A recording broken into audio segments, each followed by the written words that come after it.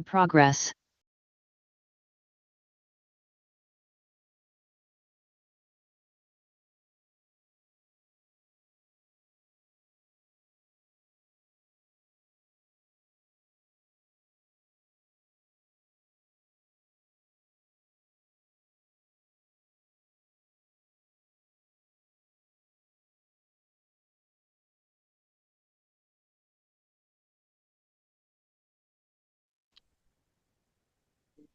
Good morning, Alan. Can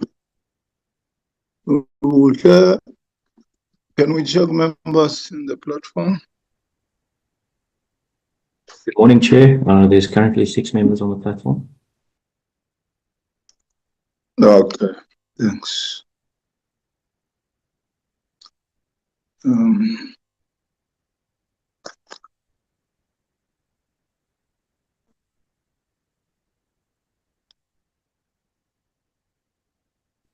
Votokotel. Long time. We have been seeing you for a long time. Actually, I was here waiting. Yeah, I am. I'm not a robot. I'm happy you're still the chair. Other things are happening.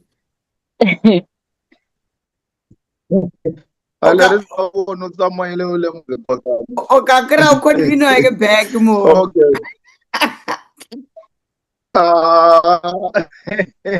I get away now and defend.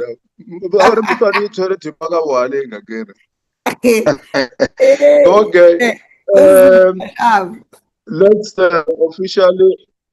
officially open the meeting and welcome all members of the committee, SCOF, colleagues from FIC and other agencies, if they are present here.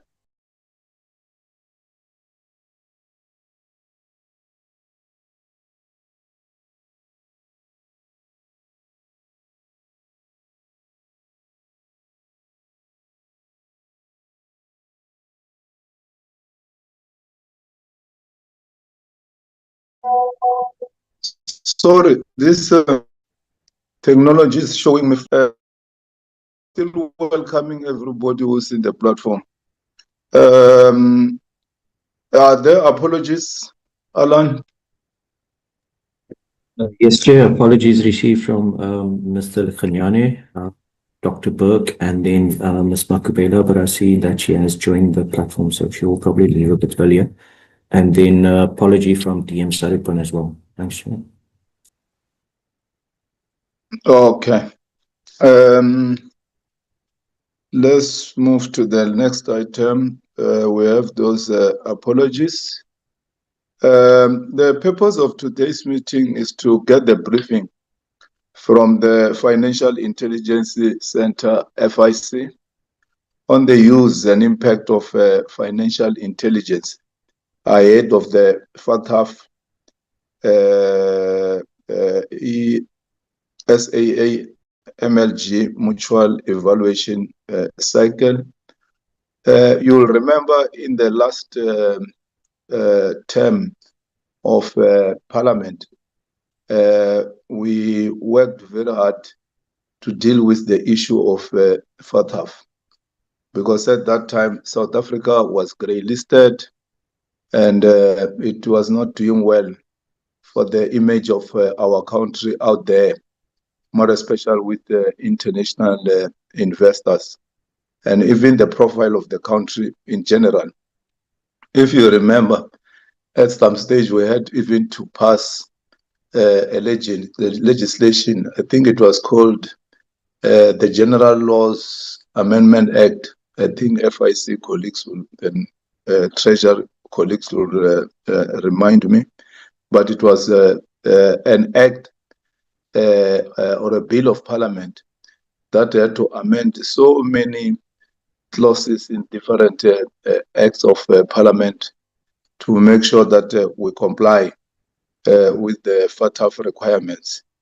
And Treasury, the minister, the president, everybody did too. And in parliament, worked very hard that South Africa be taken out of the grey list. So we can't afford, under the circumstances in which we find ourselves, to go back. We have to strengthen our legislations and strengthen all those requirements that we have to comply with, so that we have got a good standing out there in the international community. You can see that the world is moving in a difficult direction, because there is a country that is choosing unilateralism against multilateralism, attacking everybody that they choose, that today you are our enemy and so on. Today we are facing problem of oil, inflation. We are doing very well as a country in terms of inflation. The repo rates, the interest rates were going down, but things now have changed. So we have to do everything as a country to uplift the economy of this country, including our international image. So be that as it may,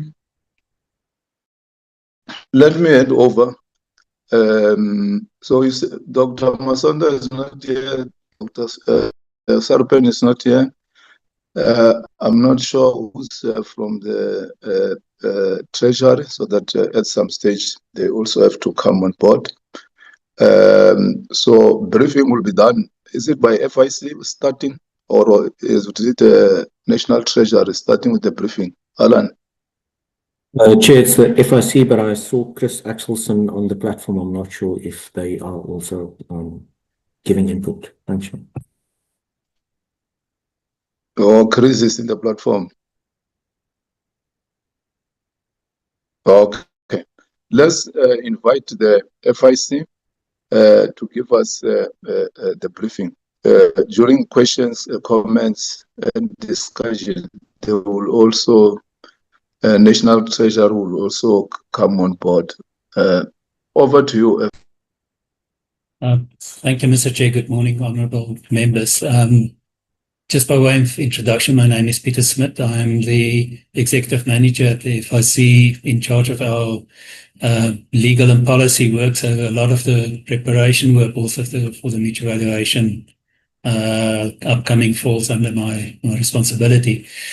Just firstly to convey the apologies from our director who cannot be in the meeting this morning, Mr. Titi. He is involved in a meeting of the Justice and Security Cluster Directors General and heads of entities this morning. But he's asked me to stand in for him for the briefing today. And with me I have my colleague, Advocate Priya Biseswar. She's in charge of our monitoring and analysis unit in the FIC, where most of the financial intelligence is produced and where the output of the FIC is generated that we would be discussing in today's briefing. I'm also joined by two colleagues from our communications unit, Ms. Bonner Cousin and Ms. Anna Marie Treater. I'll just say a few brief opening remarks, and then I'll hand over to Advocate Biseswar, who will take the committee through the bulk of the presentation. So, Bonner, if we can move to the next slide, please. Just by way of introduction, we'll cover just a very brief summary of what the FIC does, why we were created in terms of legislation, and then, as I said, Advocate Biseswar will talk to the committee about the work we've been busy with in generating financial intelligence, and the work that we've been busy with to ensure more impact and uptake of the intelligence information that we produce. And a lot of this will be focused on the work that have been going on in the FIC since the grey listing ended and in the past financial year. So just a caveat as a lawyer from my side. Most of the statistics that we'll be talking about in this financial year have not been audited yet. So this is as close to accurate as possible for this point, but it may differ slightly from what committee members might see later in the year when our annual report is officially tabled. If there is any deviation, it would not be anything significant in terms of the trends that we want to discuss and highlight in the presentation. So if we can move to the next slide, Donna. Just a reminder, the FIC is a creature of statute. We were created by the Financial Intelligence Centre Act, came into operation in 2002, and the FIC started receiving the first suspicious transaction reports in 2003.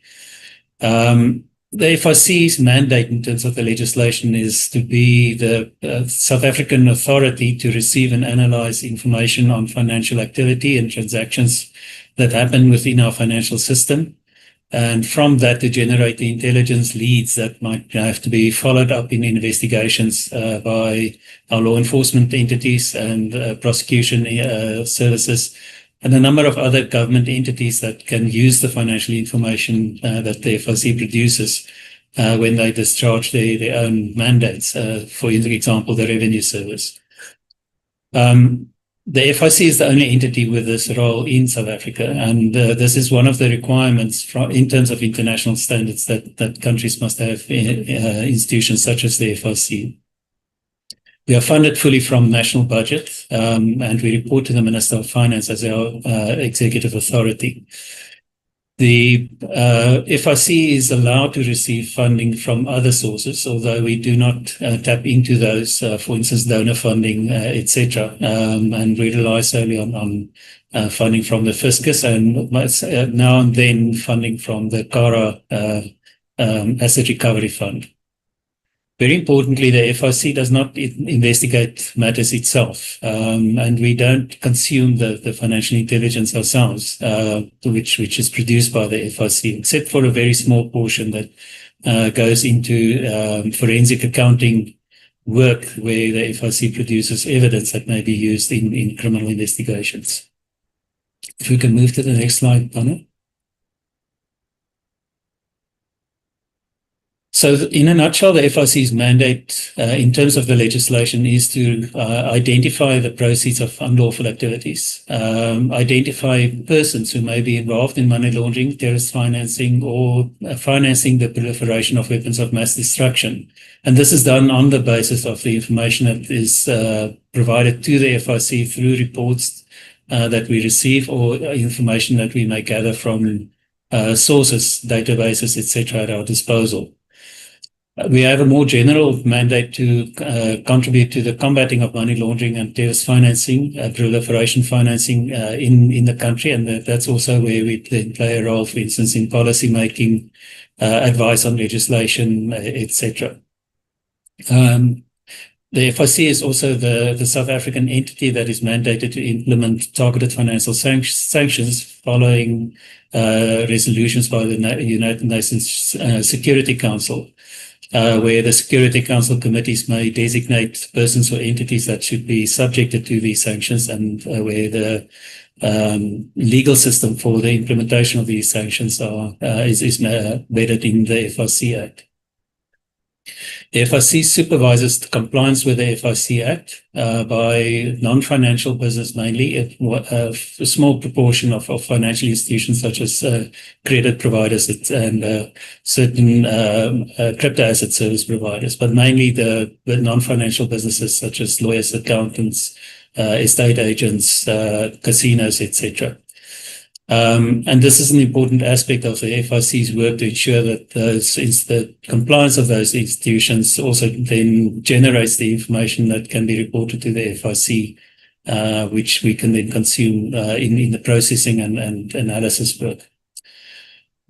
The most recent addition to the FIC's mandate, as I've said, is to produce forensic evidence. And this is where the information from the FIC is not simply intelligence-based, but where it actually may be tendered in prosecutions or asset forfeiture matters as evidence of financial flows or evidence of property ownership, where those facts need to be proven in a court of law. And when we do these forensic products, evidence products, it's you always in conjunction with an ongoing investigation and prosecution, where we work alongside investigators from the Hawks, for instance, or prosecutors from the NPA. We can move to the next slide. And at this point, I will then hand over to my colleague, Advocate Biseswar, who will be taking the committee through the rest of the presentation. Thank you, Mr. Chair. Thank you, Mr. Smith. Good morning, Chair and honourable members. The first slide I will speak to is the performance output for the financial year 25-26. As my colleague stated, these stats have not yet been audited, but we don't anticipate any major changes. So for the past financial year, we produced and disseminated 1,094 proactive reports. When we speak of proactive reports, these are reports whereby we've identified suspicious transactions, we have conducted the analysis, and we have disseminated to the relevant law enforcement agencies to either initiate an investigation or assist with ongoing criminal investigations. We then produced 2,948 reactive reports. Reactive reports speaks to requests for information from the law enforcement agencies and other stakeholders to the FIC. These requests usually speak to specific persons, entities, or bank accounts, where the FIC then looks at the suspicious transaction reports, conducts analysis, and disseminates back or responds back to the law enforcement agencies. We also then produced 140 reports on illicit financial flows, where we've identified potential illicit financial flows, and we then conducted the analysis and referred to the law enforcement agencies. As Mr. Smith has previously spoke to, we produced 52 evidence-based products, which is the flow of funds, forensic products, which will be used by the DPCI and the prosecution. Thereafter, we looked at 188 Section 34 directives. Section 34 directives speak to the statutory provision in the FIC Act that allows the FIC to independently look at financial flows or bank accounts and determine if there is a possibility that these represent the proceeds of unlawful activity, and it allows the FIC to invoke a 10-day suspension order on this bank account or bank accounts. And we had 188 requests for such analysis, and we dealt with all 188 requests. Some resulted in us finding monies in the bank account where it was suspension orders were invoked, and others where there was no money. These matters usually are referred to the Asset Forfeiture Unit, the SIU or SARS, for further forfeiture or preservation orders. We conducted 31 stakeholder trainings, and our stakeholder trainings usually speak to how we can optimize the use of financial intelligence in the initiation of cases or in support of ongoing criminal investigations. We then, as a total, disseminated, inclusive of proactive and reactive reports, 4,382. Next slide. So on the next slide, we try to illustrate the impact of the financial intelligence on ongoing criminal investigations. So we have then mapped a graph for the last 10 years, which speaks to the reactive, speaking to requests from information from our stakeholders, and proactive, whereby the FIC then, through the analysis of suspicious transactions and other regulatory reports, are able to produce a product for dissemination. So the graph clearly shows that there has been an increase over the last 10 years. In the previous financial year, we were requested to provide information in 2,948 matters. So the graph then also indicates that the law enforcement finds our products extremely useful to support their investigations, and there's a greater reliance on the FIC's products. Next slide. Then we move on to the FIC's role in preparation for the next mutual evaluation. So the FIC, and more specifically, the division that deals with intelligence, speaks to immediate outcome 6 collaboration. And it generally speaks to the collaboration between ourselves and the various law enforcement agencies and stakeholders, which speaks to an increased utilization of financial intelligence in the initiation and support of criminal investigations. So we are part of a stakeholder engagement where the relevant law enforcement agencies come together to then, represented by nodal points. We have monthly meetings, sometimes weekly if need be, whereby we discuss the collaboration for the upcoming mutual evaluation. We then we provide stats, we exchange statistics, we then develop case studies, and we also elaborate on the use of financial intelligence in investigations and asset recovery. So it is a very collaborative approach where we approach this immediate outcome 6 as a collaboration.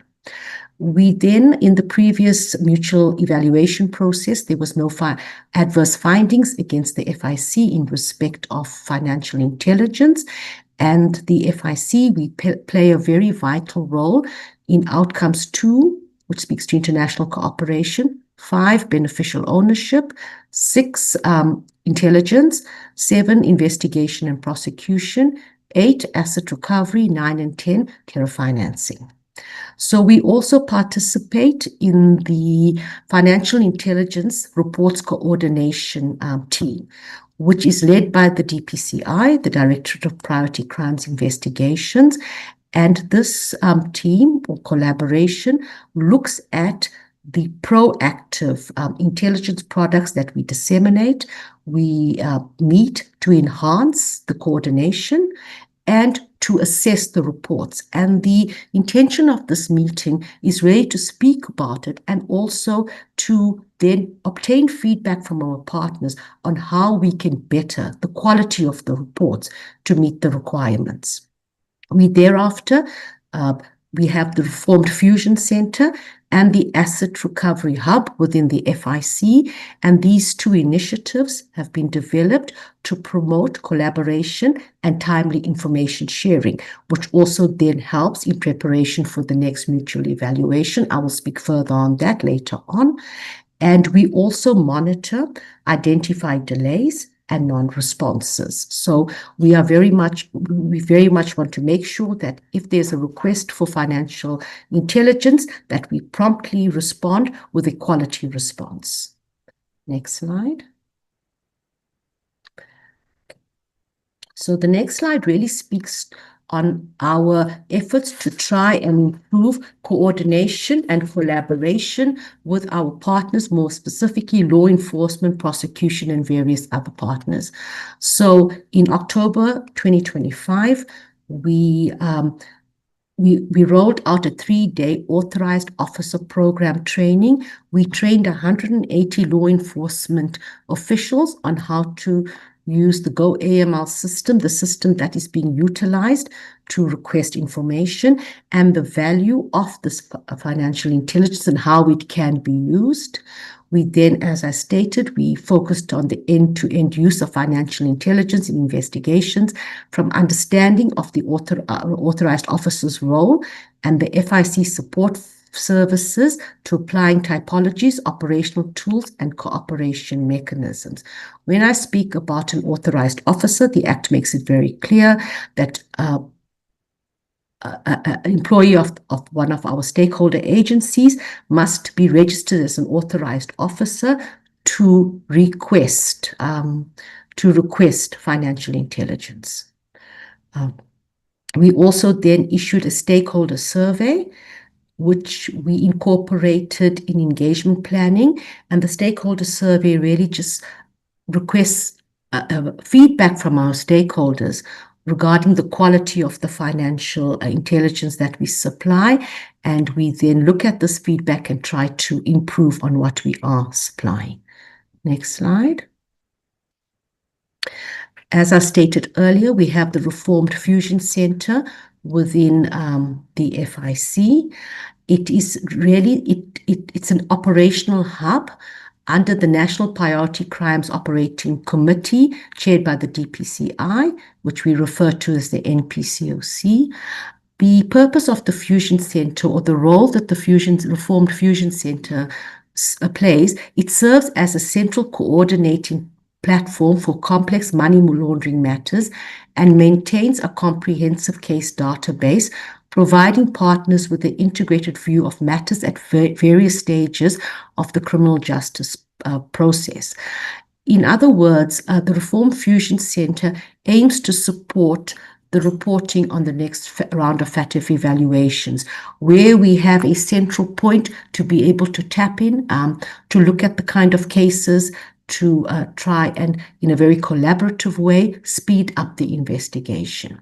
So to date, we have 1,174 cases were recorded during 25-26. It comprises of 619 universal cases, 555 COVID relief fund matters, 1 terror financing matter, and 4 foreign bribery matters. We then speak to the 555 COVID cases because the Fusion Center historically did deal with the number of COVID-related cases, so we maintain the stats and we continue to monitor it. When we speak about the 619 universal cases, this refers to the universal database where we are still in the process with our law enforcement partners of registering all money laundering cases on the database. So we have one central database where we can draw our stats, we can monitor the cases and monitor the progress.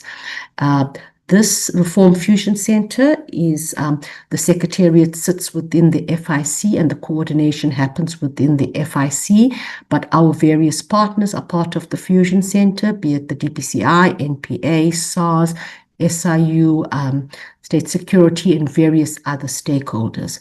So below, we then just state the status of the cases. The first slide of the 550 refers to the COVID-related matters, and the second table then refers to the universal money laundering cases. Next slide. Okay.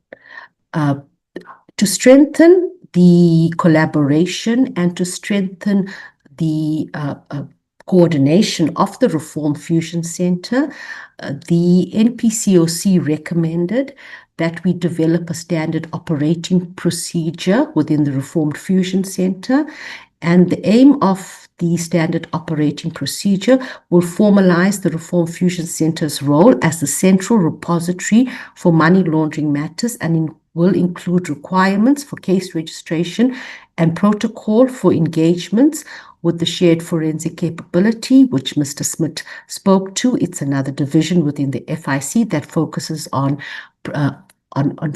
preparing evidence-based products or forensic products for use in criminal prosecutions, and the financial intelligence analysis and intelligence divisions. The standard operating procedures have been finalized within the operational structures and has been submitted to the NPCOC Secretariat for ratification by the principals. Next slide. The next slide speaks to the Asset Recovery Hub, which I mentioned earlier. FATF recommendations 438 and 40, read with immediate outcome H, which speaks to asset recovery, states that countries should ensure that they have policies and operational frameworks that prioritize asset recovery in both domestic and international contexts. To be effective and durable, every money laundering and combating of terror financing regime must include asset recovery as the key point. The NPA, the Asset Forfeiture Unit, is part of the National Prosecuting Authority. So the Asset Recovery Hub has been initiated to support the Asset Forfeiture Unit within the NPA.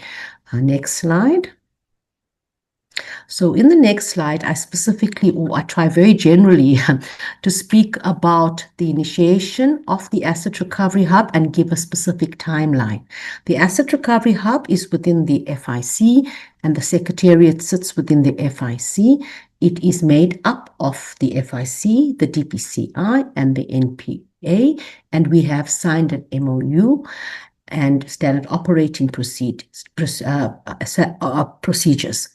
purpose of the Asset Recovery Hub is to convert financial intelligence reports received from the FIC into admissible evidence in court. So this generally translates to be proactive reports or matters that we identify through intelligence. Financial intelligence reporting. So it remains intelligence. So in an attempt to try and convert that intelligence into actionable evidence that can be used in an asset recovery application, we then form this Asset Recovery Hub where we have the DPCI who are able to conduct the criminal investigations and the NPA Asset Forfeiture Unit, which is meant to guide the information or evidence that is required to then bring an asset forfeiture application. To date, we have, as the Asset Recovery Hub, secured 8 preservation orders from April 2024. We have 8 forfeiture orders, which roughly translates that all the preservation orders, which are freezing orders, translated into forfeiture orders. We have 1 restraint order, and the funds, we have preserved just over or frozen just over 35 million. We currently have 15 matters under investigation, which will proceed to the Asset Forfeiture Unit for consideration. So it is really a multi-agency initiative. The staff is resourced through secondments from the 3 agencies, and we do not have dedicated staff members, but secondments who then assist. So I think the Asset Recovery Hub, the aim of the Asset Recovery Hub is to strengthen collaboration, also to strengthen the use of financial intelligence to make an impact, to become actionable, which then makes an impact, which also inadvertently contributes to outcome 8, immediate outcome 8, which speaks to asset forfeiture. The next slide. Also an initiative within the FIC is ESAAMLG. ESAAMLG is a public-private partnership. So as it stands, we look at the FIC's partnership with the various banks and our stakeholder agencies, which is the prosecution, the SIU, SARS, NPA, etc. So it is really an information sharing partnership between the banking sector and public sector. The basis for this partnership is to help detect, prevent, and disrupt financial crime. The intention is also to enhance members' understanding of national and international crime trends, and through sharing of knowledge and expertise, pave the way for linkages and information sharing so rapid action can be taken to address financial crime. But I must then also state this collaboration does not replace the formal evidence obtaining of evidence through the Criminal Procedure Act. So I think with ESAAMLG, from an operational level, we have 2 aspects to it. We have the tactical operations groups, we call the TOGs. So the intention of the TOGs is really just to get relevant parties together based on a case requirement. So we get the parties together to share information, to give guidance, to and we try to bring the skilled resources together to look at the investigations of high priority financial cases. These TOGs are not meant to last for a long period of time. They are meant to identify a matter, get the relevant stakeholders together to share information, to pave the way, to subpoena the necessary information, and to support the criminal cases and prosecutions. Then we have the expert working groups, and we collaborate here to conduct research. So between the banks, the FIC, the various NPA, DPCI, we share our data to understand financial crimes trends, identify typologies, and propose solutions to effectively combat such criminal activity.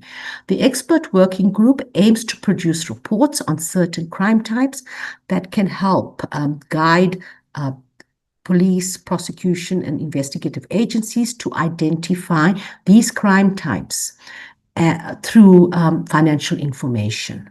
Next slide. So this slide generally just speaks to the expert working group reports. So we have completed 3 reports on illegal wildlife trade, 1 on narcotics, 1 on modern slavery and human trafficking. Those reports have been completed and it's currently being used by law enforcement and various detection agencies to look at common typologies, trends, red flags that they should keep in mind when looking at this crime type. In progress, we are busy with NPO report, remote gambling, trade-based money laundering, and illicit financial flows. And we are busy with the second report on modern-day slavery and human trafficking.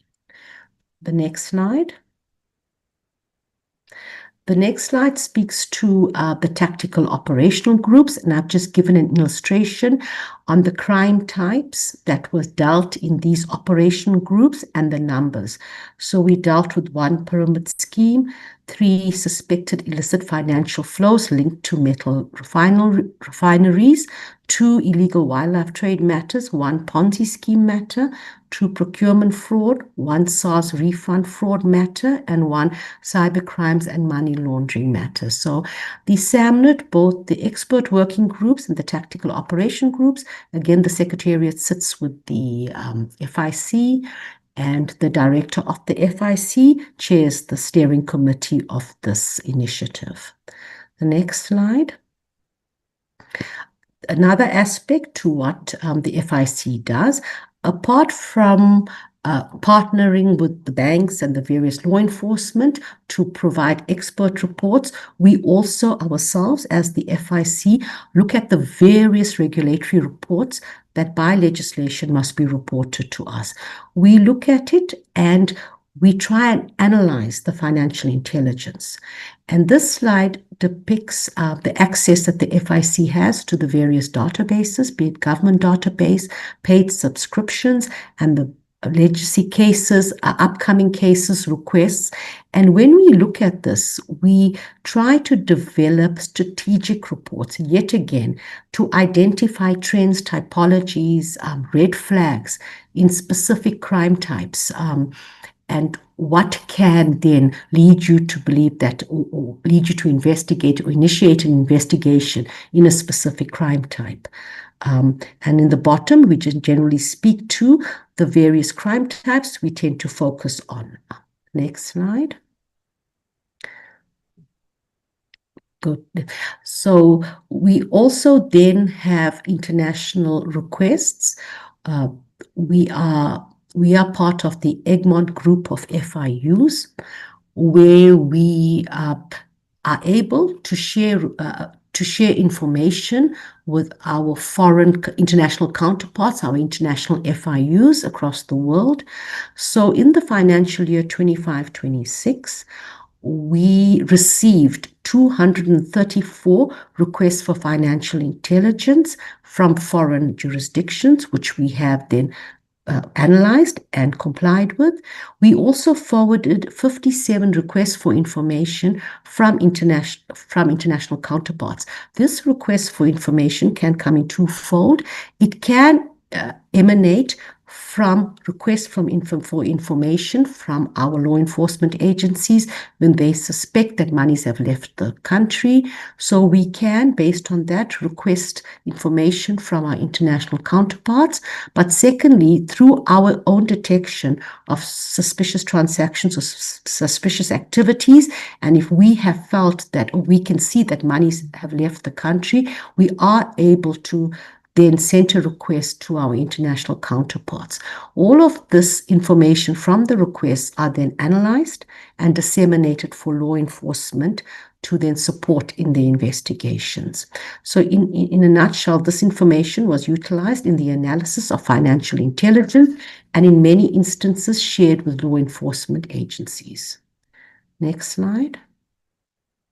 So I think to conclude, we have then highlighted 4 case studies that the FIC played a vital role in to show or to illustrate there is continuous collaboration, coordination, and information sharing between the law enforcement agencies and the FIC, which then helps to make an impact and to recover the proceeds of crime.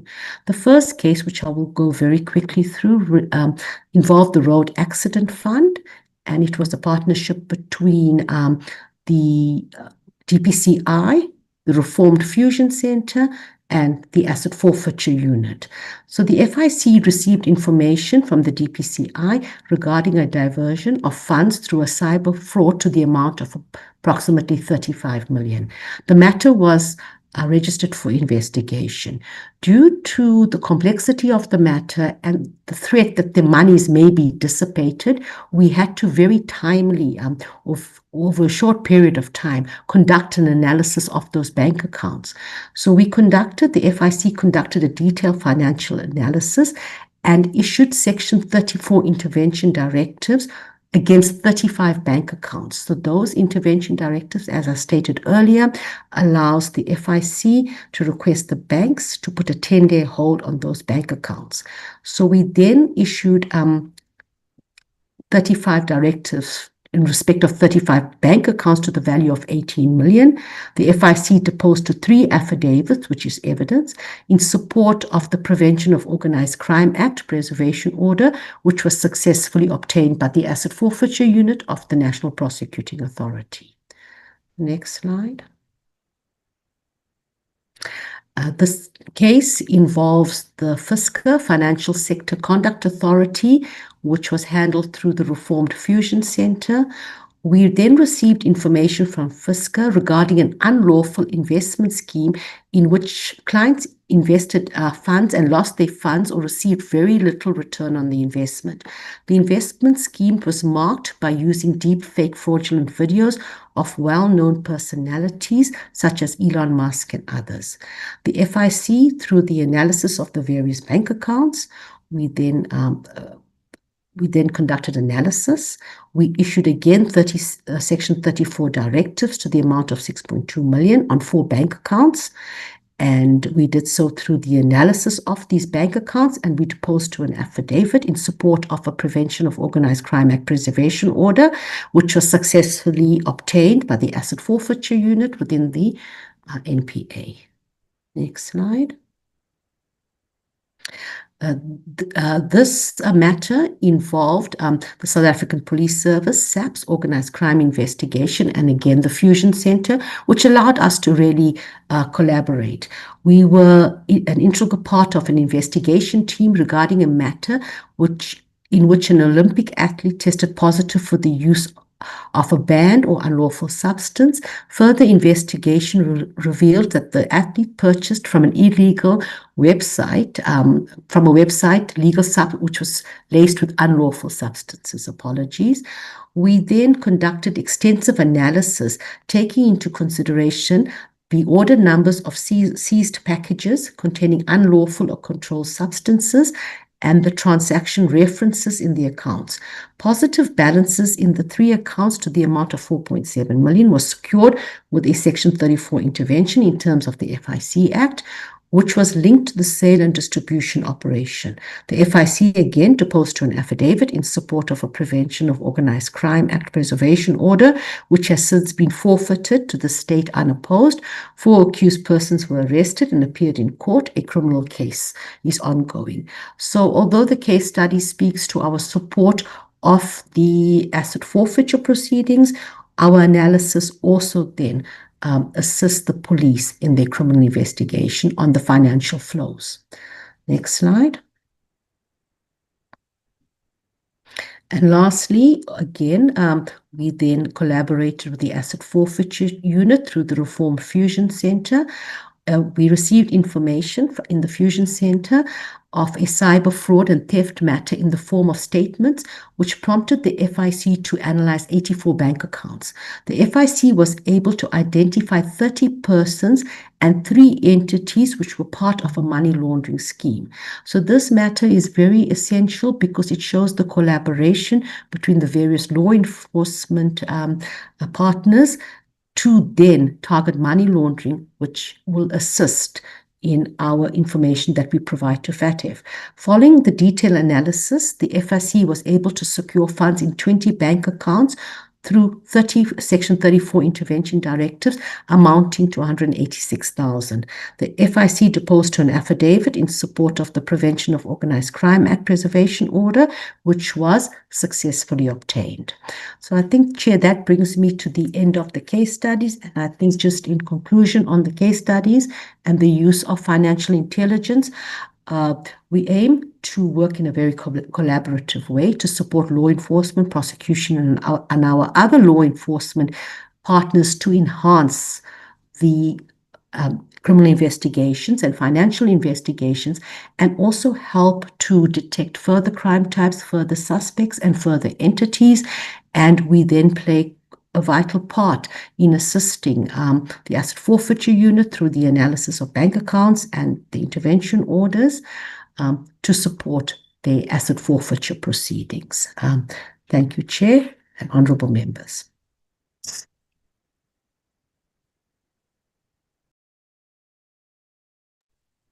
Thank you, Mr. Chair. I think that concludes the presentation. Thank you. Okay. Thanks very much. Technology. Did I hear you to say anything about your collaboration with SARS? We have been to SARS, I think, 3 weeks ago. They've got a very sophisticated system that they've developed, and I think collaboration with them can be of good help in dealing with the cases that you are dealing with. Unless I missed you before I open for members to ask questions. Yes, Chair, I'll jump in on that, and then I'll also ask Advocate Biseswar to talk a bit more about the details of collaboration with the Revenue Service. The Revenue Service is one of the entities that is entitled to receive the financial intelligence information from the FIC in order to support the mandate of the Revenue Service itself. So we very often and regularly share information from the FIC with the Revenue Service, and to some extent they have access directly to some of the information that's reported to the FIC, for instance, on large cash transactions, etc. There's a different aspect also in the collaboration with the Revenue Service that's a bit newer. One of the recent developments is a section in the FIC Act that which the President has just recently announced the commencement date that will require travellers in and out of the country to declare amounts of cash that they have with them when they enter the country or when they leave the country. Those declarations will be made in terms of the FIC Act, but the Revenue Service will be the implementing agency at the ports of entry and exit, where the information will be collected as part of the customs declaration process for travellers that the Revenue Service is rolling out. And this is a very modern implementation process that the Revenue Service has developed, where travellers can go online, use the Mobi app, for instance, on their mobile devices to make their customs declarations, and within the customs declaration they will include the information on cash that they may be carrying when they enter the country or leave the country.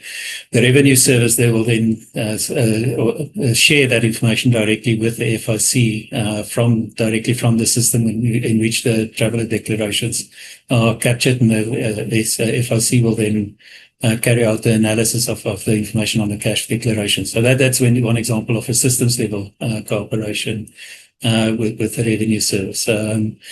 But as I said, there's also the relationship of information sharing with the revenue service that Advocate Mrs. Suarez mentioned.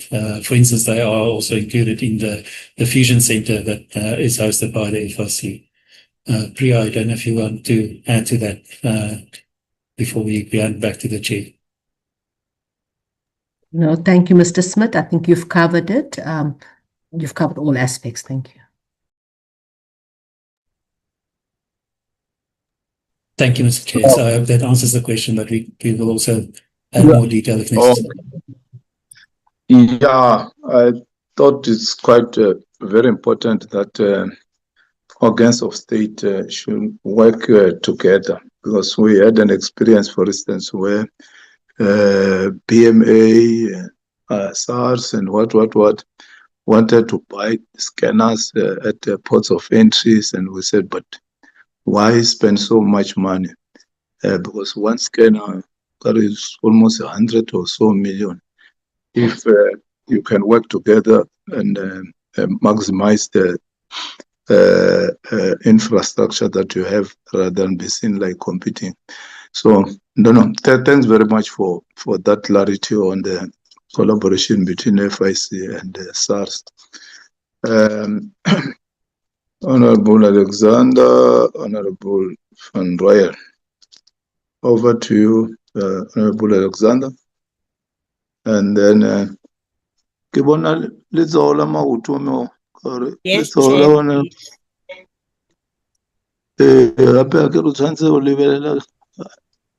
From a close range. Okay.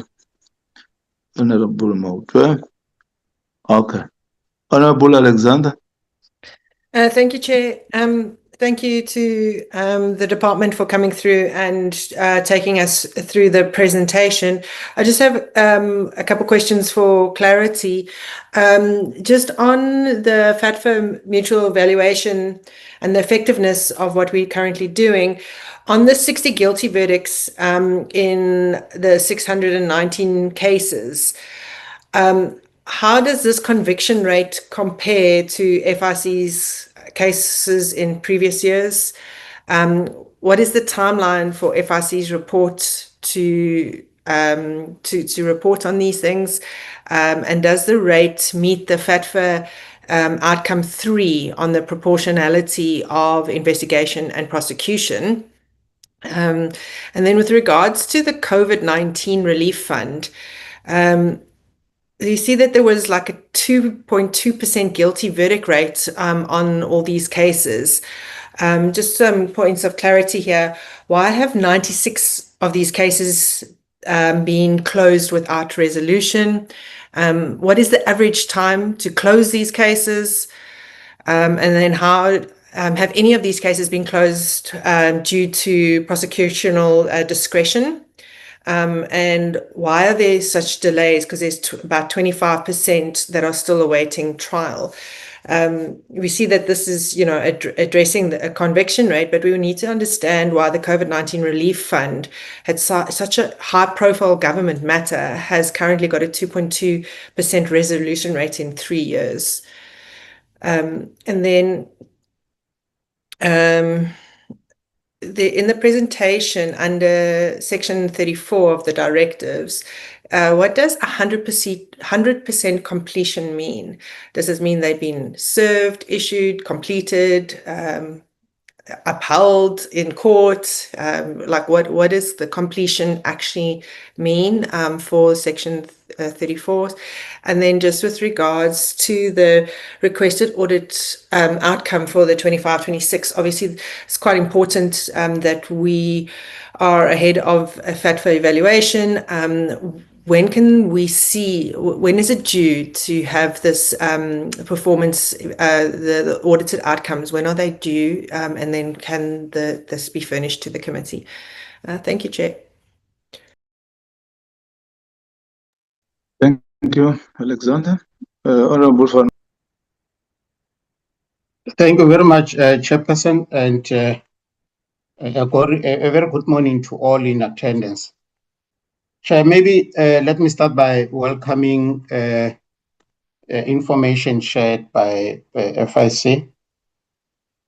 and of course, join you in seeking more clarity around collaboration of FIC and SARS. I think I'm more concerned of the specific program that we recently agreed as this committee that need to be funded. The SARS modernization program. And I think the response is very, very vague. It's not confirming if FIC is part of this modernization program. Modernization is very critical because we are dealing with sophisticated financial, syndicates, maybe the financial sector crime syndicates, So we can't deal with them obviously using the conventional methods. Hence, as a committee, we supported more funding and will continue to call for more funding for modernization program as spearheaded by SARS. Our only concern, which we registered with SARS, is that it can't modernize in isolation. It must modernize, taking other key role players like FIC on board. Now, the specific question that needs to be answered by FIC is, what is their role in that process? Are they participating in that process? Or is just the old, collaboration way, or maybe focusing on old methods of dealing with these criminal syndicates when they work with SARS? The second question is on the, if you look at the mandate of FIC, FIC is going to feature very, very dominantly on the processes that are currently taking place, as is, of course, directed by the Constitutional Court, the impeachment process, and the work of the impeachment committee. Because at the center of FIC mandate is to,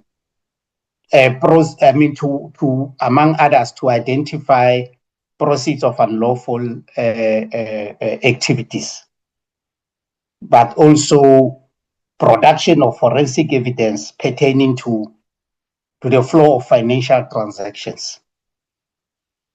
Now, my question to FIC is there any analysis that FIC has done on this alleged Buffalo transaction that took place at Palapala?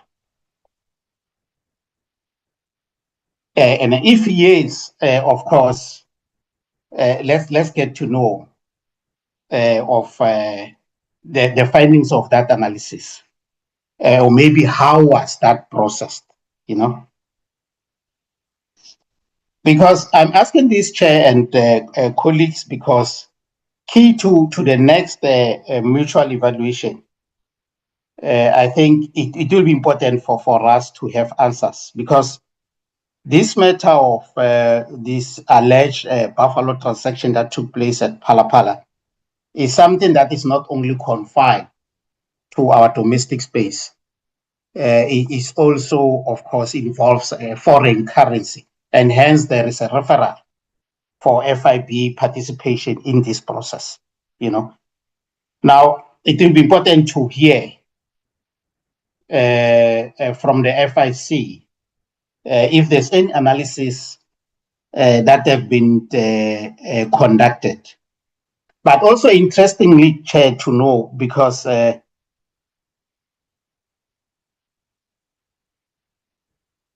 FATF, according to the report that has just been presented to us by FIC, FATF, they didn't find any adverse, didn't establish any adverse findings recently.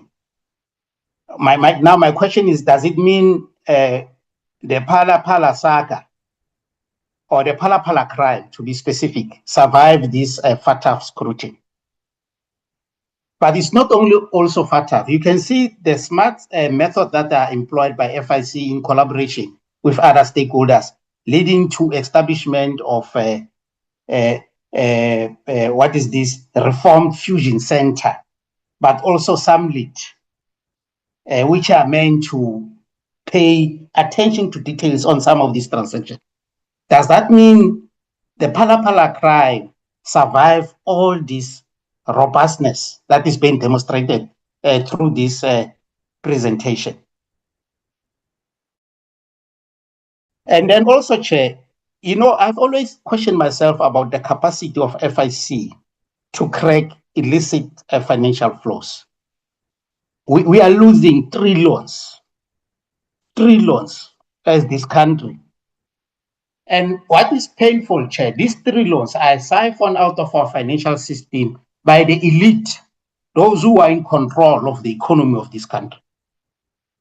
And now you listen to a presentation from FIC where they present their case studies, and you realize that it seems as if FIC case studies are just a drop in the ocean. That's just my assumption based on their presentation. Now, I just want to hear, is there any case that they can present, a case study they can present to the country on how they are dealing with or how they have dealt with illicit financial flow? Because this is the biggest problem that this country is facing, and this is one of the biggest leak share in our revenue management system as a country. So it will be important for FATF to demonstrate if they have capacity to deal with, I mean, so FIC to deal with, they have capacity to deal with this particular problem. Because this question, I know, is not asked for the first time. We've been asking this question every time we find an opportunity to engage with FIC, their capacity to deal with illicit financial flows. Thank you very much.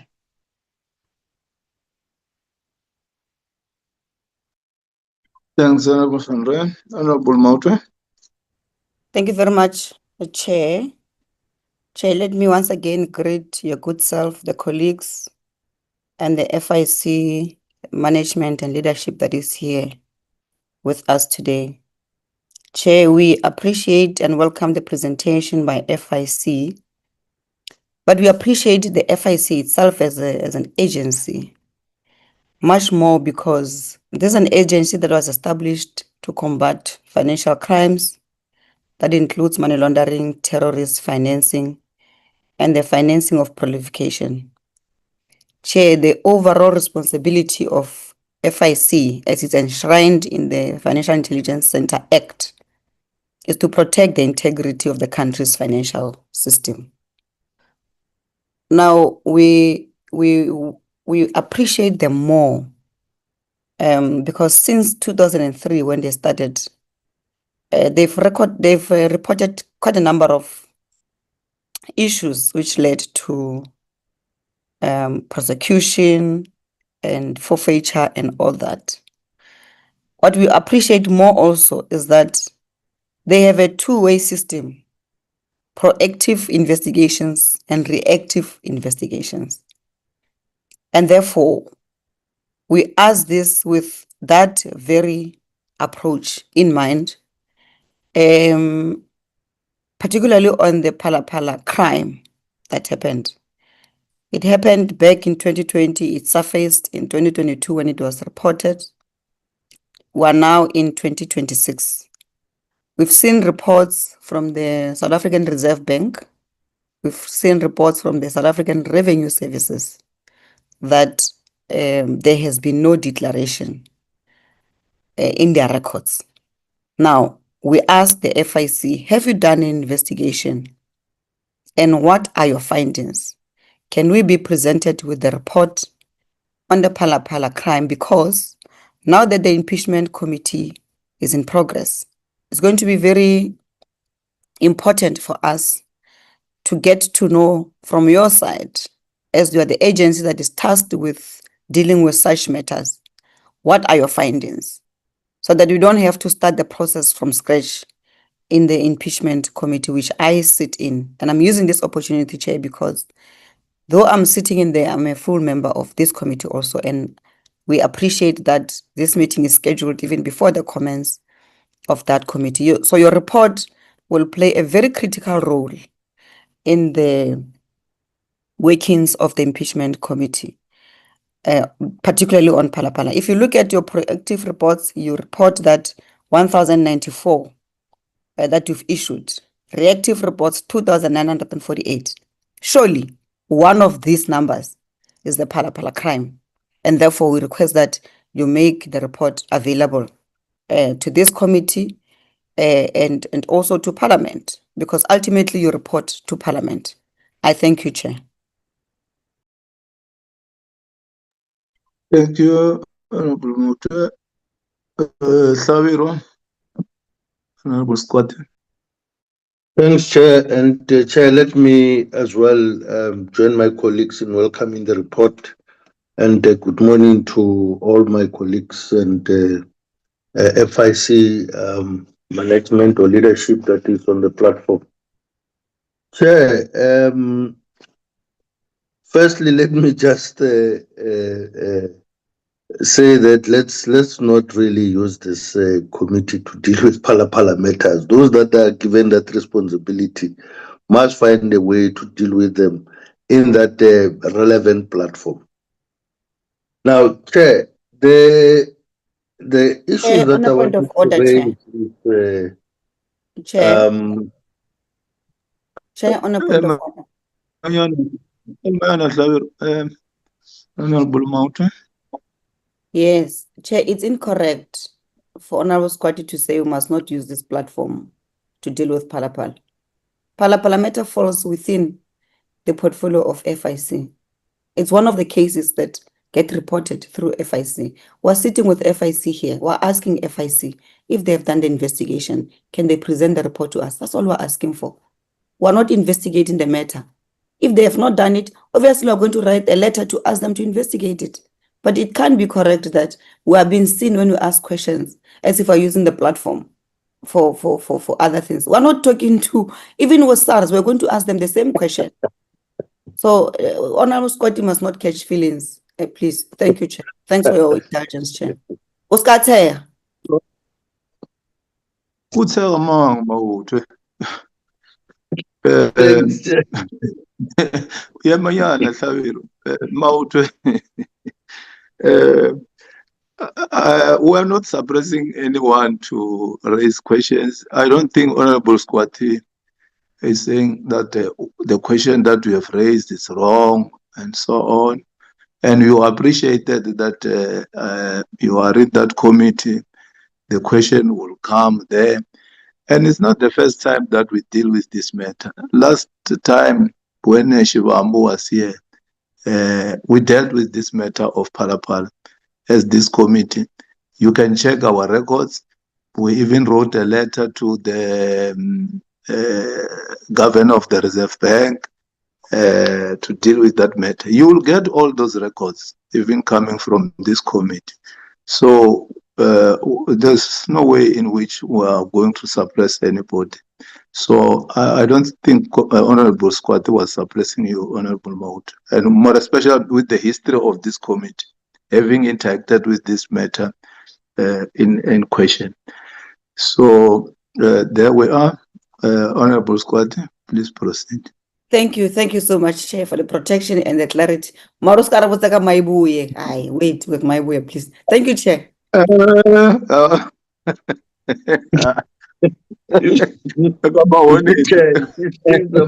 laughing. Yes, it is again. Now, don't miss a physical meeting. I guess so. Thanks. Okay. Sorry, Chair. So, Honorable Sandra. Sorry, Chair. I just wanted to chip in here because it's incorrect for any other member to insinuate that the questioning this matter here is taking the work of the impeachment committee. In fact, if we don't question it here, we might found to be wanting by the impeachment committee, because this is our platform as members of parliament who are assigned the responsibility to oversee FIC. So these questions must continue to be posed, and if they are not answered, or depending on how they are answered, we'll also provide those answers, to the relevant platform that has been created by Parliament. But I think it's within our mandate to continue probing this matter. Thank you. We shouldn't be threatened, Chair. Honorable Van Rooyen. I don't to threaten now anybody here. Honorable Squati is raising his view. I allowed you to speak at length. I never suppressed you. I allowed Maute, I allowed Alexander. So when it's time for Squati to raise issues, can you please allow him to do so? There's no way in which that matter that you are dealing with in that other committee is not going to be entertained. And as I say, you can check the records of this committee. We have dealt with this matter before. So where nobody is being suppressed, but please allow Squati also to make his views and comments in this committee. So everyone is protected, and he's not preempting any discussion that is going to come in the committee of impeachment. Thanks very much. Over to you, Honorable Squad. Thanks, Chair. Chair, just to understand from FIC as to what's the profile of the section on the illicit financial flows, and what are the sums of money that are involved in this 140 reports. And secondly, Chair, does the FIC deal with circumstances of undeclared foreign assets, for instance, the wealth and their movements, particularly to some of these tax havens? And what is the improvement that is actually required in the Fusion Center to increase the mechanisms of tracking organized crime in the country? As one of the colleagues had spoken about the issue of joining SARS in terms of modernization. To what extent do FIC look see this improvements? And is there a possibility of developing a tactical operations group of focus, particularly on foreign transactions, where some of the assets or asset managers are actually assisting their clients to, move some of the funds that are meant for other activities to other countries that might be able to hide some of those proceeds? And to what extent does FIC own transactions of and patents of assets that would develop those mechanisms? Do they have sites in the country where some of these foreign, these asset managers are able to move, some of these proceeds, illicit profits to those tax havens? Do they have any case that they've actually been able to deal with in that regard? Thanks, Chair. Thanks very much. Let's allow FIC to take to respond to questions, unless also Treasurer wants to come in. Chris and your colleagues, do you want to come in? Morning, Chair. Morning, honourable members. No, I think we don't need to add at the moment, but we can come in if there are any specific questions for us. We're happy to let our FIC colleagues deal with the questions. Thank you. Thanks. I know Ishmael Momoniat was one of the people who were in the forefront of FATF when it was very tough. Is Momo still assisting the minister, or he has taken retirement? Chris? He is still assisting us, Honourable Chair, so he is helping with the mutual evaluation process straight after getting us off the grey list. Thank you, Chair. Okay. I thought it is important that I acknowledge the role that Momoniat played in this matter. While he was still the DDG, he worked very hard with the colleagues in Treasury to get South Africa out of the grey list. I'm not saying single-handedly, but now because he's no longer in the employment of the state, he might be working there as contracted by the minister. An acknowledgement or a credit is due, because it can't be that when people work very hard, we don't credit them. And please pass our regard to Momoniat Chris and tell him that we acknowledge the role that he played in this matter. Honorable Van Rooyen, you want to come in before they take they respond to questions, and then we make follow-up questions? I saw your hand. Okay, thank you very much for your indulgence, Chair. No, I forget one question that was linked to this referral to FBI. Because in the presentation, it's clear that from time to time, FIC gets a request from intelligence, for financial intelligence from foreign jurisdictions. I just want to check, was there any request that they have received so far in as far as this Phala crime is concerned from a foreign jurisdiction, since the crime involves foreign currency? Thank you, Chair.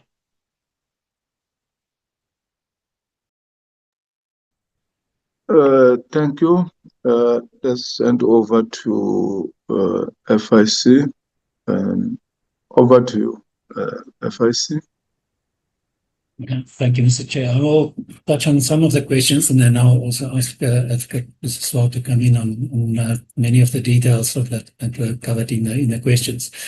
I think just firstly to confirm that Mr. Momoniat is still very much part of the process of the preparations for the upcoming mutual evaluation by the FATF and the Eastern and Southern Africa Anti-Money Laundering Group as an advisor to the Minister. And he's still the lead in this coordinator of this process, and also the head of the delegation from South Africa to the FATF. So I'm pretty sure there will be opportunity for a more broader briefing on the preparations for the evaluation process as well, and other activities that go beyond the work of the FIC itself. Just on some of the detailed questions relating to the Phala investigations, we have in the past also indicated this in previous occasions in the committee that the FIC is not at liberty at this point in a committee setup to discuss specific details of specific matters that the FIC is involved in or may be involved in, or where we may have shared information for further investigation by other authorities, especially where such investigations may not have been concluded, and where there may be further activities that would be undertaken by entities outside of the FIC that could be prejudiced if we share information in a public domain prematurely. We certainly have no problem talking about case studies once matters are under in the courts and under prosecution and in the public domain, where the disclosure of information can no longer impact the possible outcomes of matters. But we are precluded by law from doing so while matters are still pending. We're also restricted in terms of our legislation, in terms of the entities with which we may share information on operational level on particular cases. And for instance, whether reports have been made to the FIC on certain matters, or whether we have identified suspicious activity in respect of certain matters. That information may only be shared with the entities that are listed in the FIC Act. to receive the information. So unfortunately, I'm not at liberty at this point to go into details on that particular matter, such as this. Just to make the general point, though, that the FIC does not investigate matters ourselves. When we find something that is worth investigating, we share that information with entities that have a legal mandate to investigate. The FIC does not have such a mandate, and we would be acting outside the parameters of the enabling legislation if we carried on an investigation into criminal activity. So that information is typically shared with the likes of the Financial Surveillance Department, the Reserve Bank, the Hawks, the DPCI, in other words, the Revenue Service, and a long list of other entities that have mandates to work with aspects of investigation. And it's in that context that the FIC then receives further requests once we've shared information and where we can conduct follow-up analysis and pass on further information that would support the direction of an investigation or the continuation of an investigation. It's therefore also very difficult to make a link between information that the FIC had shared and an eventual prosecutions. If FIC's investigation very often support and help along a criminal investigation that is undertaken by law enforcement authorities. But it's not necessarily the FIC's information that directly gets presented in court as evidence. It may have been the lead that uncovers a bank account which may be further investigated by the law enforcement authorities, or a chain of transactions that may have been investigated and which is then presented as evidence in court, but which was originally identified on the basis of information that the FIC had shared. And I think that's also the nature of the case studies that could be as well presented earlier, where we could actually show that the investigation benefited from information that the FIC had contributed to those investigations, which the investigations would otherwise have not been possible to achieve. And then just lastly on so the questions on collaboration with the Revenue Service, specific examples of how the FIC has participated in the SARS modernization program is the project that I mentioned earlier to enable the FIC to gather information on cross-border flows of cash in and out of the country. That was one aspect of the SARS modernization program, especially around customs declarations, which the SARS had spent an enormous amount of time in one of their projects to modernize, and where they've included the FIC's role in receiving this information on cash declarations as one of the specifications in the modernization of the customs declaration process. We had a project team from the FIC working side by side with a project team from the Revenue Service and building up the specifications and building the capabilities to receive the cash declarations in the customs system, and for the FIC then to have the direct access and benefit from that information in our work. So we derive that information directly from the SARS system and then apply it in our own analysis. Just to make the further point on collaboration in situations such as this, it's also important to understand that the types of tools and the needs that the FIC has for analysis of financial flows is not necessarily exactly the same as those of entities such as the Revenue Service. So it is also important that the FIC continues with its own modernization as well, alongside with the touch points with projects such as this in the Revenue Service, and that the FIC is also been able to acquire the newer modern versions of the tools available for follow the funds analysis, tracking financial flows from one institution to another. And that's a major part of the modernization program for the FIC, where we are in the process of acquiring those sort of tools. Once those tools are deployed within the FIC, they will also be at the disposal of other entities, for instance, within the Fusion Center, where investigators would also be able to benefit from the use of tools such as follow the funds, identifying links between accounts and persons, etc. I think on some of the details on prosecutions and investigations, especially those from Honourable Member Alexander, I'll ask Priya to answer some of those.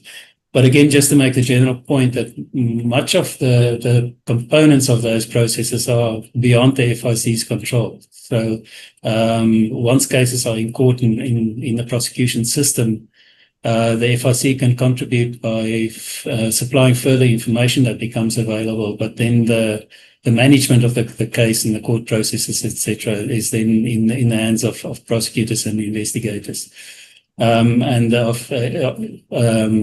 FIC is then working hand in hand with those prosecutors and investigators to provide them with the information that will either save time on following up on leads that may be necessary, or may uncover further avenues of investigation and further charges that could be formulated against an accused.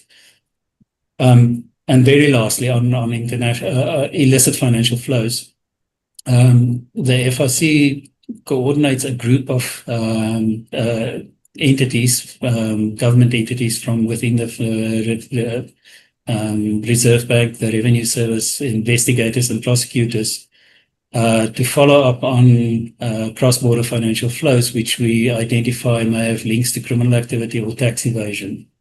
It's very difficult to find a universally accepted definition of what is an illicit financial flow, but the types of matters that we consider to fall within this ambit are those that we can find linked with illicit activity within the country, or where the objective may be to evade tax obligations within the country.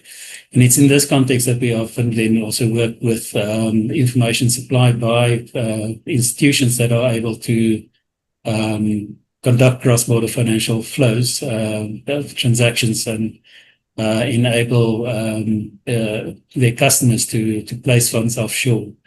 Those are part of the community of institutions that we expect to report to the FIC, which are supervised by the central bank, by the Reserve Bank, for their reporting to the FIC, and which we then involve in requests for information from those when we follow up on those transactions. And it's in that context also that the sharing of information with foreign counterparts happens. These would be not foreign investigating bodies, but foreign bodies that do a similar type of work, play a similar role as the FIC does here in South Africa. So our direct foreign counterparts in other countries in the world, where we would send in requests for information to them, or they would send in requests for information to us, which we would then follow up to respond if the information is at our disposal. Mr. Chair, at this point, I would then also ask Advocate Biseswar to pick up on some of the more detailed questions that were asked. Thank you.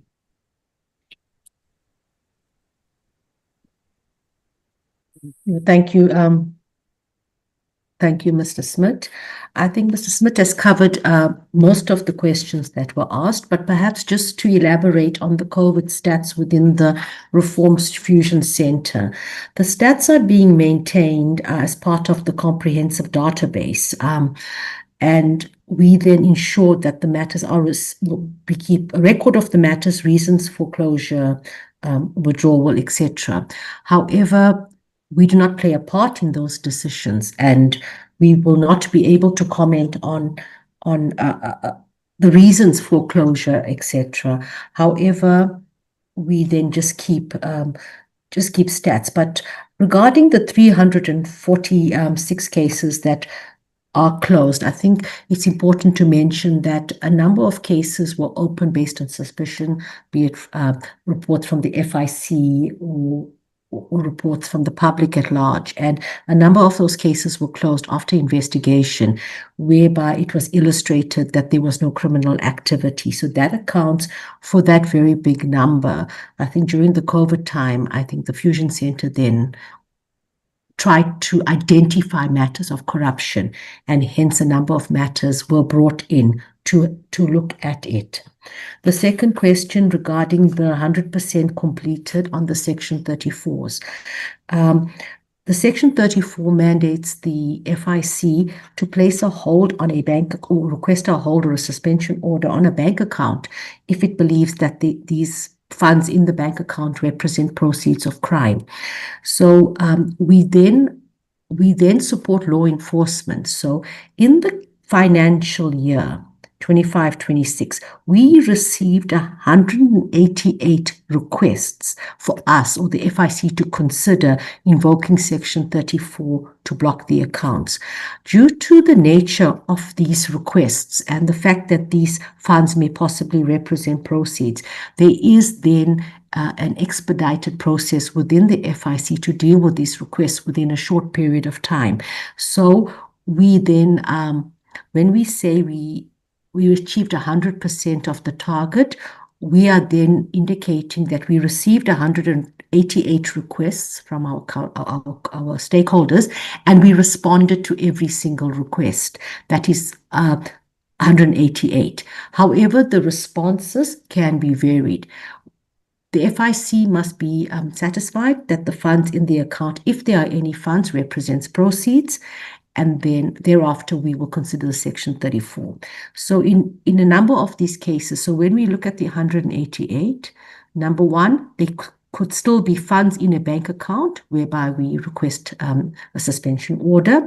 Number two, the funds could no longer be in the bank account whereby we then communicate that finding to the requesting agency. Or number three, we cannot prove that there's no reasonable belief that these are proceeds. So it could be any three of those scenarios. But when we say that we have responded 100%, we have responded to the requests of 100%. However, where there are funds in a bank account and the FIC then invoked Section 34, in all of those cases, the asset forfeiture unit then obtain preservation orders. If I think the rest of the questions, and I think the rest of the questions have been responded to by Mr. Smith. So I'm not too sure if there's anything else I should respond to. Thank you.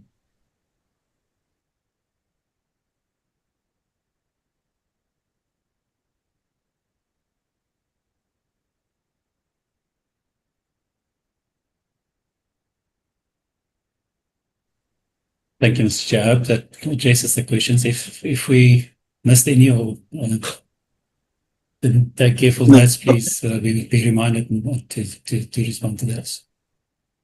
Okay, thanks. Honorable Van Rijn, follow up.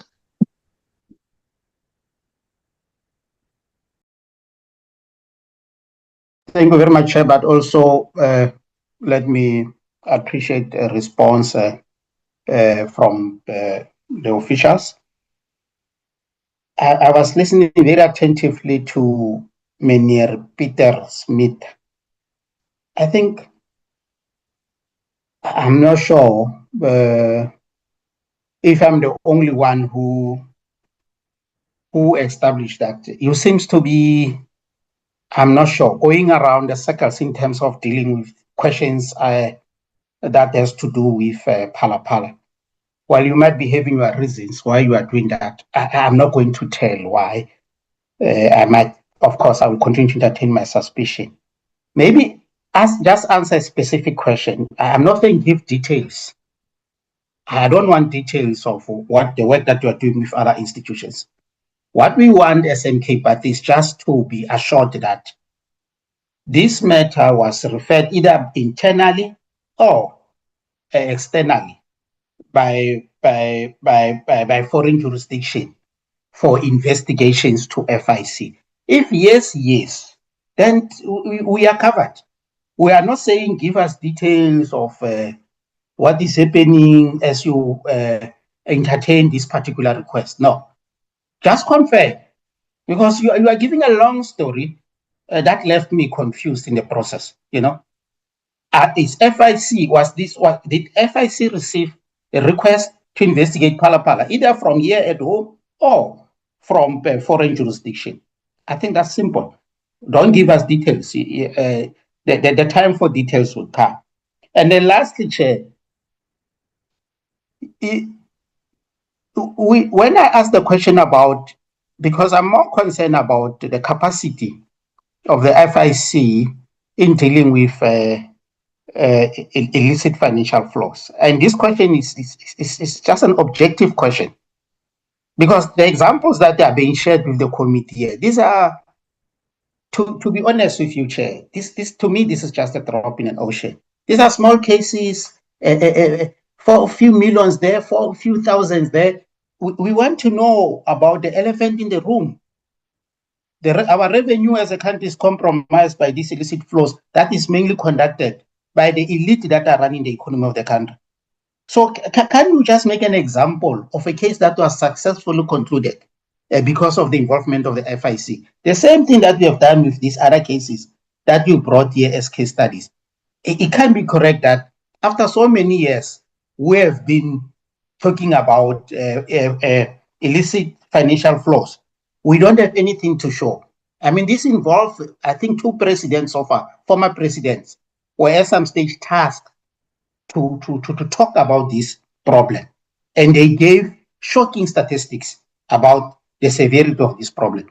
So FIC comes here, you can't even cite one example of a case that was successfully concluded as a result of their involvement. That's exactly what we are asking. We are not saying give us details of those cases or whose mandate is not. No. But as you have done about these small cases, just do the same with these big cases. There are no untouchables here. So please, I mean, give us information as requested. Thank you, Chair.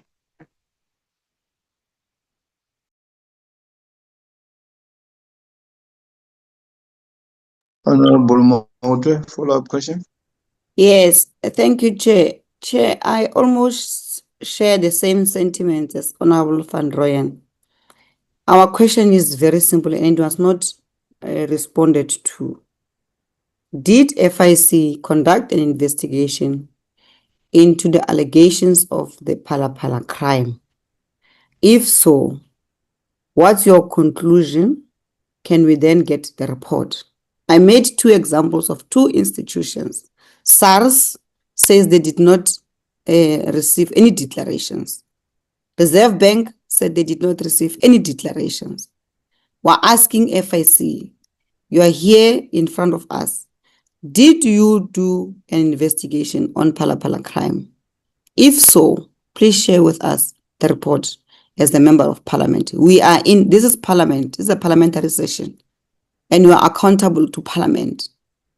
And we're asking you this question because we know you are accountable to us. So please just respond to very specific and clear, simple questions. I thank you, Chair. Thank you. FIC.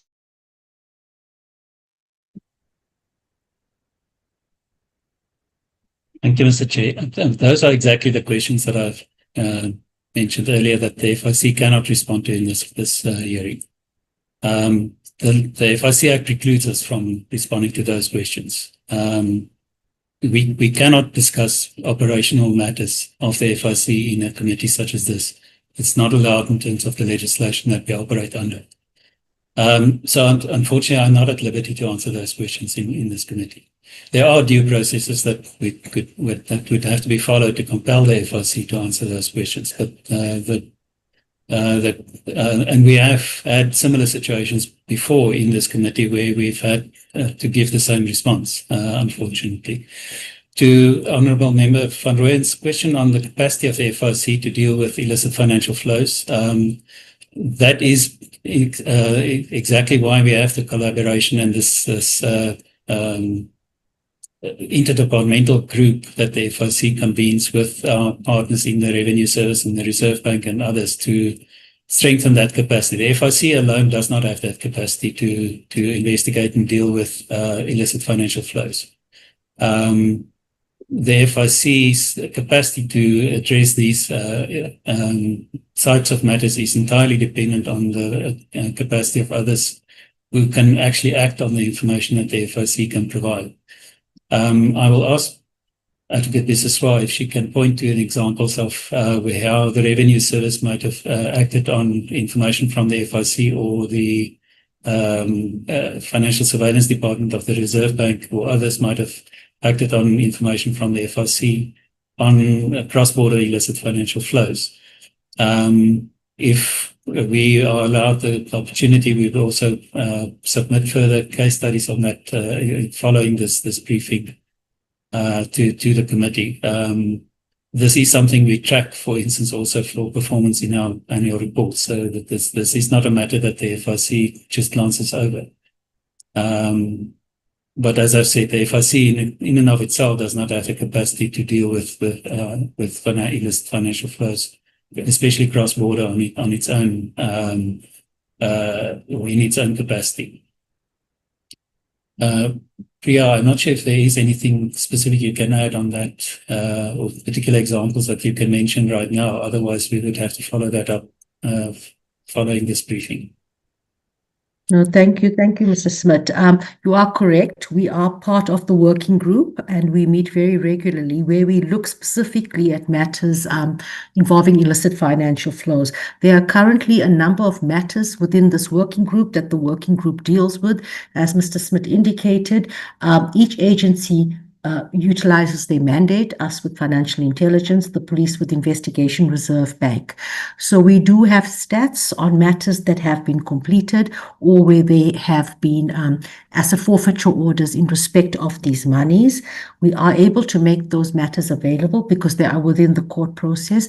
So with the committee and the chair's permission, if you would like us to then submit a report on a few of these matters or case examples of it, we are happy to do so. Thank you, Chair, honorable members. Thanks very much for responding to those questions.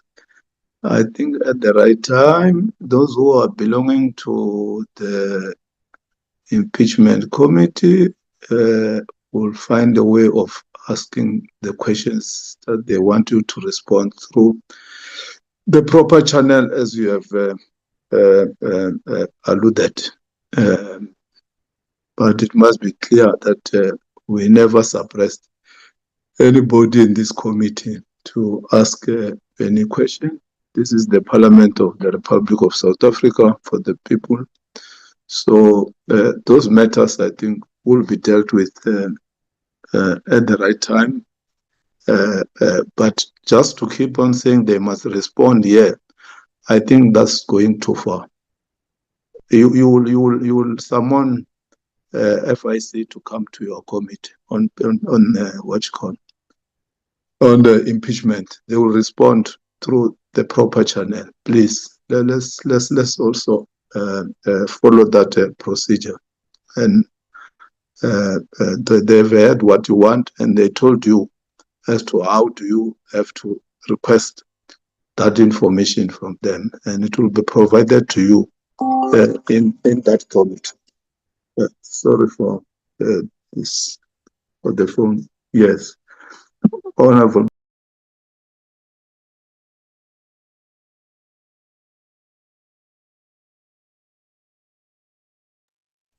Honorable Van Rijn.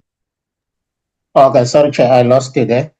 No, Chair, I'm not going to outsource my responsibility as a member of this committee to the impeachment committee, but it's fine. I can see that Mr. Peter Smith is not at liberty to share more information with us on the specific questions posed to him. So the next avenue for me as a member of this committee is to write a question to the Minister Executive Authority, and of course, try to establish, what is his take about these specific questions. I think for now it's very clear that Minister Smith is not going to give us any response to the specific questions posed. But of course, we will use the channels of posing questions as public representative, and the minister will be involved. We'll write questions to the minister specifically about those that Mr. Peter Smith failed to respond to. Thank you.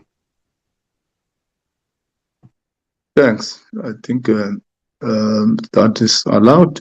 You can even check the records of this committee as to how we dealt with that matter before, for reference sake. Mauta? Yeah, no, thank you, Chair. Chair, it must be registered in this meeting that we do not accept at all the response from Peter Smith. He can't tell us that he can't respond to our questions. You can't choose which questions you want to respond to, which ones you don't want to respond to. It's a simple question. Did you conduct an investigation? So what is wrong with asking that question? What is wrong with responding to such a question? Of course, I'm a member of impeachment committee and we're going to summon them there, but his conduct must actually be called out for what it is. It's incorrect. It's unacceptable for him to respond like that. If he wasn't prepared for this meeting, he shouldn't have come to this meeting. So we're not going to sit here and sugarcoat it and say he's out of order, Chair, and you should have ruled him out of order. There can't be. If he's not aware, he should have said he's not aware or he doesn't know. But he can't say he can't respond to a question. Not at this level. So we condemn his behavior and attitude in the strongest terms. And I'm going to take this matter forward. Thanks, Maud. I think what Peter said was that he's not saying that they are not going to respond to the questions that you raised regarding the matter in question. He said there is this procedure that has to be followed for them to respond to that question. So there's no way in which they will run away from responding to the questions that you have raised, more especially through the committee that has been established by the Speaker to deal with the matter in question. They will. So I think Peter and his colleague will indicate to you or through Alan as to how do such questions get processed. So there's nothing that will be hidden. They fully account to this committee, they fully account to Parliament. So I think that was his understanding. He was not saying that they are not going to respond to any question. No one in the Republic of South Africa can come to Parliament and say, I can't respond to it. Even if they are private members, they are not working for government. Parliament is for the Parliament of the Republic of South Africa, for everybody. So, Peter, please assist on how such questions that honorable members ask should be processed so that maybe when they request you to come to the impeachment committee, you will have to respond to those questions in detail. Yeah. Do you want to clarify that, Peter? Thank you. Yes, Mr. Chair. The FIC Act is an act of Parliament. The FIC Act prescribes what the FIC may disclose or may not disclose in terms of the operations of its work. And that even includes to the extent that whether the FIC has received information on a particular entity or a particular person. Because any such disclosure may have an impact on future actions that may need to be taken in respect of that information. We as officials of the FIC have to abide by that act that sets the parameters for how we operate. I see on the platform, Advocate Jenkins is also here. He has been involved in discussions with this committee before that related to a SARS matter where FIC information that was shared with the Revenue Service came under question in this committee, and where we had to deal with how the committee may subpoena the FIC, etc. So that is the context within which we have to address questions such as this. It's not a matter that we want to obstruct the committee's work or that we do not have the information available if we are at liberty to share such information, but we have to operate within the parameters of the legislation that bind us. We would be committing serious breaches if we did not do so. Thank you, Mr. Chair.